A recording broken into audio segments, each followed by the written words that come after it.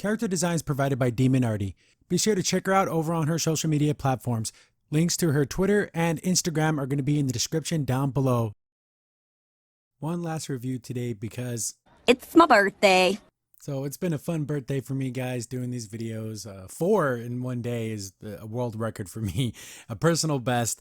And it's just a lot of fun talking about cartoons, and especially such a fun show too, like Amphibia, where it's just like so much imagination, and the animation's good and the characters are fun. And I love reading all the comments and stuff. So thank you. That's my gift. You guys watching the videos, enjoying the content, interacting in the comments, that's my gift. So I just wanted to say thanks to everyone out there who's been sticking with me throughout the years, watching the videos, sharing them around, and yeah, just thank you so much. But jumping in episode 10, and this episode is, I remember kind of seeing this, I'm so far behind, but the whole Gravity Falls thing, Wax Museum is the name of the episode. And I was never the biggest fan of Gravity Falls. I haven't seen every single episode, but I've seen all the key episodes and like the most funny ones. And yeah, they did a pretty good job of mixing the universes, and I'm glad they didn't do like a direct, like, oh, it's connected to Gravity Falls and it's really them, and it's just like, oh,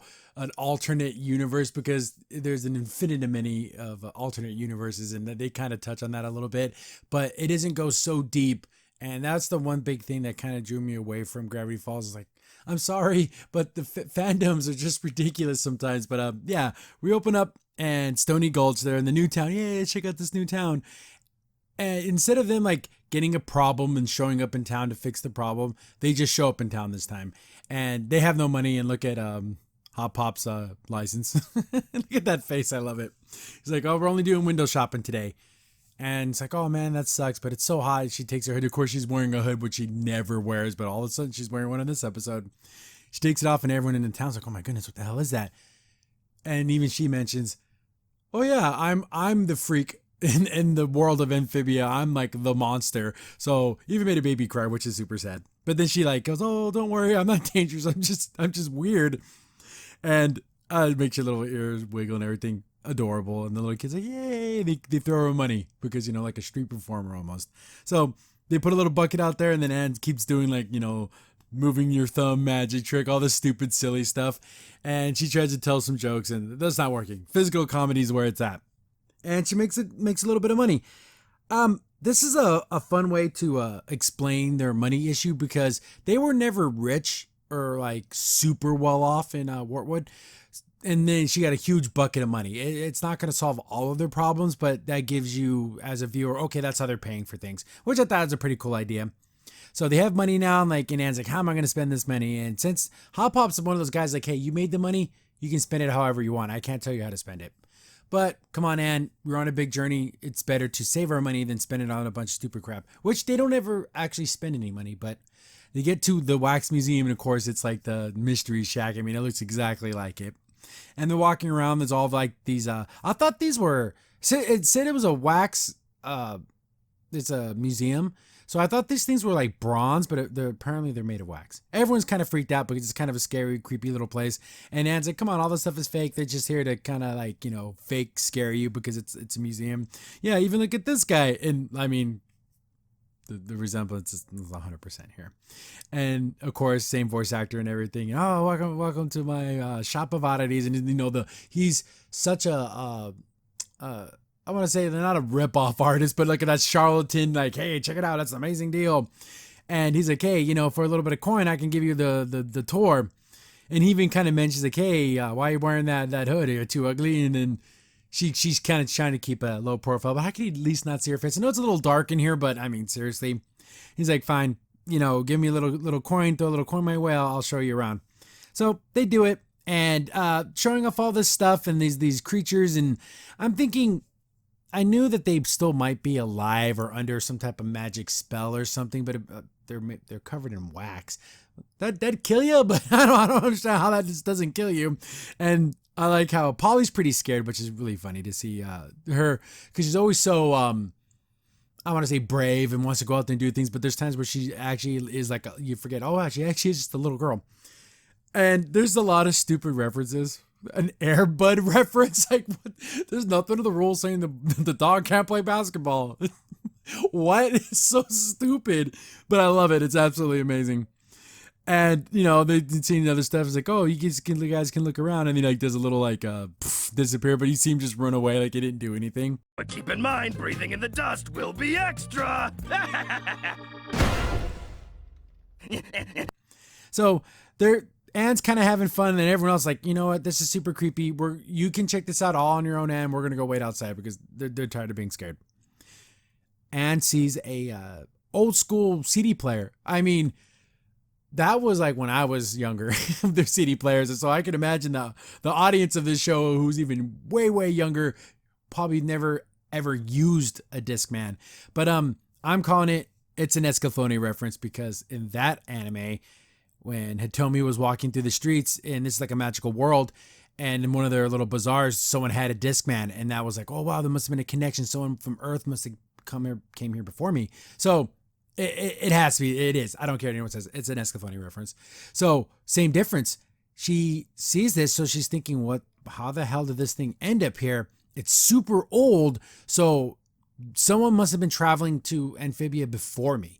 Or at least there's another human being here besides Sasha, because there's no way Sasha had an old Discman. Sasha's a lot of things, but she ain't poor, and she's not gonna be using no Discman. But she's like, oh wow, this is great. And it's called like a skip man or something. And she wants it. How much for this? Oh, it's 1,000,000 copper. And he's like, oh, come on, dude.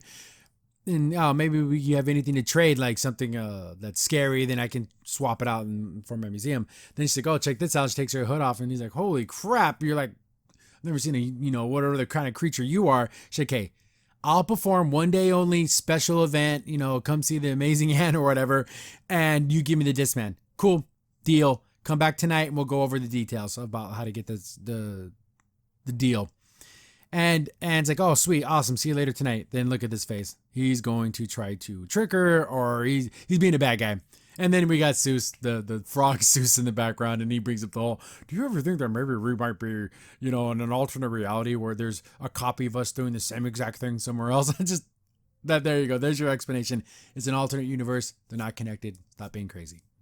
So Anne's like, check it out, guys. I found a skip man. And then like, what's that, Anne? We don't know what that is. And he's like, oh, it's something from my world. And I found a way to get it. I just have to perform for one day.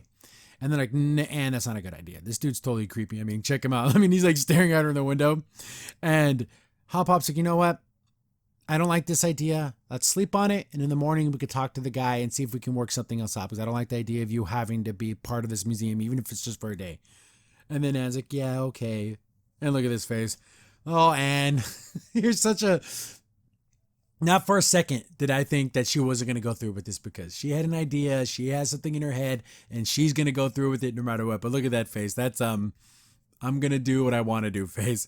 So they're sleeping in the middle of the night, and then she still has the look on her face. I would have loved to see the fact that she probably had this look on her face the whole night, like as they were going to bed. So she sneaks out and gets into the museum and like, hey, what are we going to be doing here? Oh, check it out. I got you a stage. So it's a big old like thing. And then he's like, oh, the big X. I'm like, oh, geez, he's going to capture her. Is this my mark? Should I hit my mark? And then she like does a little pose. And he's like, oh, yeah, check this out. All these, I want to let you in on a secret. Everything here is real. It's just covered in wax. So all these monsters, all these oddities are actually really things. And you know what? And so are you. Drops the thing on her. He's going to cover her in wax. And he's like, yeah, I'm surprised it was so easy to get you. And then even Anne's like, oh, damn it. Freaking let myself fall for this. Being covered in wax would kill you. So he's going to like turn her into one of the wax statues. And this is just unbelievable because I love this. Dang it, boy. Joking at a bunch of these are Sprig's little figurines, these little action figures he made. But imagine just sleeping and then choking on these things. Like, that'd be so scary to wake up like that. But he's like, holy crap, Anne's missing. We have to go get her. Polly's like, that little museum, I don't think so. I'm going to stay here. But nope, you're coming with us. So they're all going to go save Anne. They show up there, and of course, Polly keeps looking at the freaking wax statues thinking, you guys are creepy. I don't like this. And stop staring at me.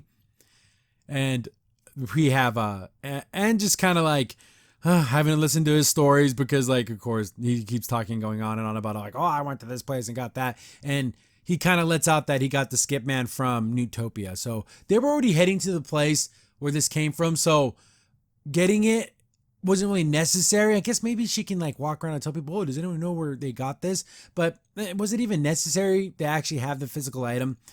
But Hop Pop's like, okay, we need a plan. We gotta go save Anne. But of course, Briggs like, no, we gotta go save her now. He just runs out there. And I like the fact he's like, oh, you guys, the cops, I ain't going back to jail. So grunkle, it's unbelievable. But it's like, oh, he has like this, even like this weird whip sword thing. Oh, it's just a bunch of regular frogs. You know, maybe I can add you to my collection and make you the two-headed, something like mix them together. But then Polly, it keeps staring at the statue, and then its eyes keep moving, and she freaks out. So, you know, I'm going to melt this damn thing. Goes to melt it, but realizes it just pulls the wax away, and it's a real monster underneath. This thing's pretty creepy looking, and then even she's like, that's just so much worse than just its eyeballs looking at me. It breaks loose. It sees Grunkle Stan here, and that he has a different name in here, but that's what I'm going to call him. And it's like, oh, wait a second. I want to get this guy because he's the dude that caught me.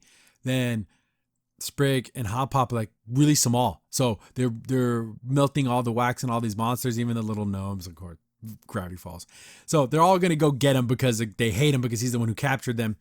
And I like the fact that he's like trying to like, oh, I'll let you in on the cut. 7%, 8%. Like, I ain't going above 10.5%. It just pulls him away. And then you see like a pool of what looks like blood. I'm like, holy crap. And then you hear in the background, oh, God, don't worry, guys. It's just wax. Well, why was it red when all the other wax was yellow? But whatever. They're going to go save Anne. And she was like even kind of doing like a little pose, like try to keep her head above the wax, but they just pick her up and run out and they just melt her by the fire. And Anne's like, you know what, I'm sorry guys, and all this trouble, I didn't even get that skip, man. But Sprig being the freaking little dude, you know, he's my dude, he got it for her. And I look at that face, she's so happy. And she's like, oh, thank you so much. This could be a connection to my world. And, you know, she's explaining it all, but Hop Pop's like, you got to keep your head down, and, you know, keep your hood on. I know you want to, you know, explore and do stuff, but it's more important we get to Newtopia and we don't cause a lot of trouble, because you being a human in this world is going to draw so much attention. Then she says she's sorry for doing that and going off on her own and not sticking with the family, because even she says we're better when we're together, which is true. I love that. I think that's the message of Amphibia, is that everyone works better together. And then, you know, they're like, it's like they mentioned that he died. It's so funny. Except for that curator, he's dead. Mm-hmm. Well, I guess he's dead. And she's like, you know what, guys, there's one little thing about this Discman you didn't know about. It had a little laser in it. Did you know that this thing has a laser? Well, bam! I guess it still had power. I guess it's AA batteries or something. And then she gets him in the eyeball. Funny episode. It's super interesting that there was a human thing in this world. So there must have been a traveler from before. There's another human. We have Marcy, their other friend. We know she's in this world somewhere. So it could be hers, but it's such an old thing. I'm wondering if there has been other humans who have come to this world. And probably. That's pretty cool. I like that. And thank you guys for episodes. Reviews, got them out in one day.